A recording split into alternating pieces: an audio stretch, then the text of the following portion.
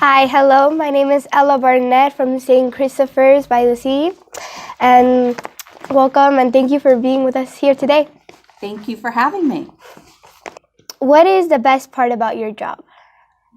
The best part of my job is listening to our residents and knowing what the priorities are for a village long term and being able to make a difference by getting things done. Do you get stressed from time to time? And if you do, in what? I do get stressed. Sometimes because I am trying to do the best I can and it doesn't come together as we had hoped, or sometimes people don't understand all the information that we took in consideration for making decisions, and we don't all agree. And you just want to do the best for everyone, and when there's discord, it's stressful. Where did you grow up? I grew up in Miami. I grew up in Pinecrest, and we used to come to Key Biscayne and go to the beach. This was the best place to go to the beach ever. And I had tons of friends from Key Biscayne. And so I would come here on weekends. We'd go boating a lot. We would go water skiing. We would go to the beach and go to the Sonesta. So it was a long time ago because the Sonesta was still around. And even as a little kid, I used to go to Bill Bags to the lighthouse with my family. So Key Biscayne is near and dear to me, but I grew up in Miami. Miami was a lot smaller back then, and it was basically 15 or 20 minutes to get anywhere in Miami-Dade because there wasn't a whole lot of traffic. What was your career before you became a mayor? Well, I have a law degree, so I went to Law School, and I worked with the court system to do programming for people who couldn't afford attorneys in civil court called the Self-Help Program. So I ran that for about 5 years. Before then, I helped judges in family court with their caseloads. And after that, I was a mom for about 6 or 7 years because I wanted to be home with the girls. And I had the flexibility to do that. So those are the things I did. Do you ever regret being a mayor? Not at all. I think it's our civic duty to participate in our communities, in our government, to use our voices. And I don't believe that we should complain. I think we should kind of chip in and help out. So. Was it your dream job to become a mayor? Somewhat, yes. It was a dream. I'm the first woman mayor in Key Biscayne. I have 2 daughters. And so unknowingly, it's been a wonderful influence and kind of a victory for them to see their mom who could do something like that. And it also, Key Biscayne is a great community. If we can help out in any way, it's an honor to be able to serve. Since you became a mayor, has your life been easier or harder? I feel blessed. I don't think my life is that hard. Compared to other people. We are, we live in the United States. We live in Key Biscayne. It really doesn't get better than that. I'm busier. I don't know that it's harder, but I certainly am. I have a lot less time. Yeah. Did you look up to someone when you were young? Absolutely. Do you want to know who? Yeah. Well, I looked up to Golda Meir. I looked up to Margaret Thatcher. I looked up to a lot of authors who wrote fabulous books. And I had lots of good influences. Probably my mom, too. When is your birthday? Do I have to tell you the year? No. May 28th. And I will tell you the year, 1965. So. Was it the best advice? Well, what is the best advice you can offer the people today? What is the best advice? Be engaged, be engaged, be engaged. This is our community. We are doing things for our children, for our families, for our seniors, for our employees, for everyone in Key Biscayne. And if you're engaged, we take a better direction towards the future. The other thing is, I'm a big planner. I really believe in planning for the future. So I think we need to be thinking not what's happening next year or in 5 years, but how are we moving towards our goals in 20 years? So to me, sea level rise is something you plan for, and that is very manageable if we plan accordingly. This village has been doing a really good job since Hurricane Andrew, because we weren't really focused on sea level rise, but we were focused on hurricane and storm preparedness, which brings a lot of the things that we're dealing with sea level rise. So we've been planning for a long time for flooding and for big weather events. And our building code is very strong, and our stormwater evacuation is very good. I think we should focus a little bit on our impacts on nature, but that's my advice to the future is really be engaged and think strategically for the future. Why did you run for mayor? Because I thought I could add value to this community, and I had the luxury of being able to take a volunteer job. What is the hardest part about being a mayor? I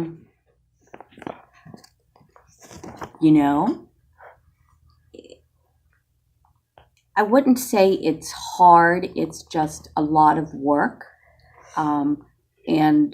So that's what I would say is it really takes commitment and it takes discipline. Yeah, well, with all the people depending on the decision. Yeah. What inspired you to do this? The love for my community and my children. So I really got started because my daughters are in college right now, so we've been around for a little while. And when they were about 5, they wanted to play sports. And there weren't very many sports for girls back then. The playing fields were pretty much just for boy sports. And I'd lived in New England for a long time, and when I went to college, all my friends played really cool sports that I wanted my daughters to try. And so I ended up kind of getting involved in volunteering and advocating for children's sports, to do as many sports as you can, because it's really good for development to be healthy, to incorporate into your lifestyle. And I also thought it was an opportunity. So not only for girls, but for boys. Yeah. And so I said, you know what?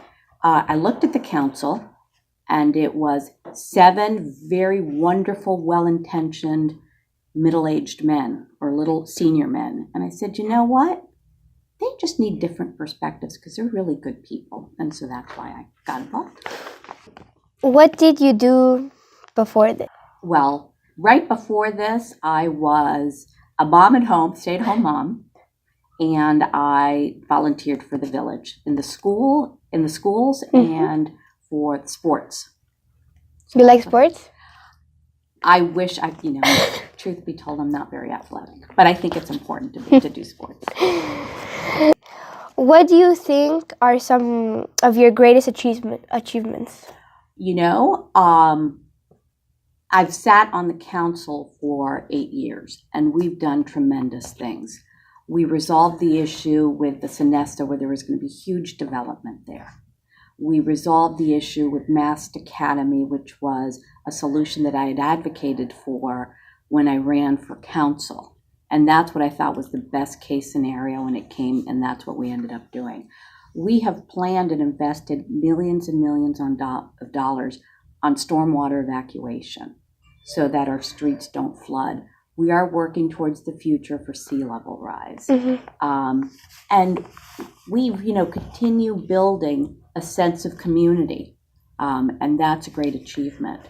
The other thing is, right when I was elected mayor, we had issues with the Marine Stadium, and we fought against the city of Miami for good, responsible decision-making in a public park.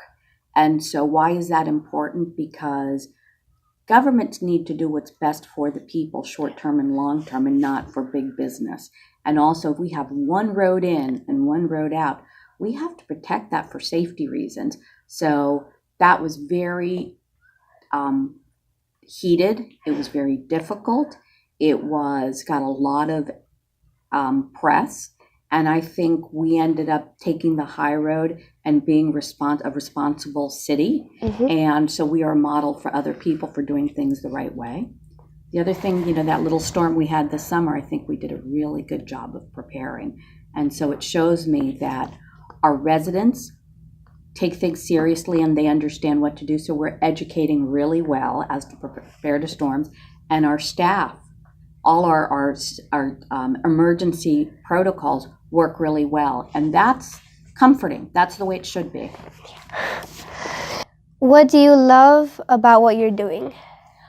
I love our community. I love that I can add to our community. And I love going to the grocery store and getting stopped and people telling me what's important to them. I love hearing from people and helping them out. Does anyone inspire you to do this? My family, because I think of my children and I think of what I want for grandchildren and great-grandchildren and people like you guys and all the children in this community. And so I'm like, I'm inspired. I want to make sure that I leave the world a little better than I found it. And I leave this community a little better than I found it, which, by the way, is fantastic. Anyway. Thank you. How long have you been doing this? It's almost been 8 years. 4 years as a council member, and it's going to be 4 years in November as a mayor. Did anyone in your family do this before you? Nope. It's all new. The first one? Yeah. What do you think you give by doing this?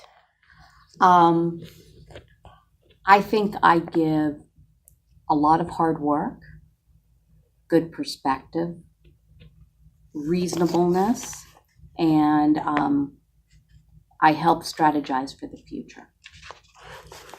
Do you ever think that you are going to stop? If so, when? Well, I'm termed out, so the answer is yes. And so at the end, in November, I am done because our forefathers that helped establish the village about 27 years ago thought it was a good idea. And by the way, I agree with them, that people should serve no longer than 8 years consecutively. Because then it becomes a little bit like a dictatorship. Everyone deserves a turn. And it's good to get new ideas and new perspectives and people that are really energized. What do you give? What gave you the courage to do this? It really took courage. I didn't know that I was going to do it. I was scared. And and then I said, if not me, then who? We can't be scared to kind of follow our dreams and do something that's, a challenge or a little scary or a little out of the norm. I was putting myself out there and taking a risk, and I'm so glad I did. And that was it, but thank you for being here with us today. Thank you for having me. Thank you all for the great questions. Did you all help with the questions? Yes. They're really good questions. Thank you.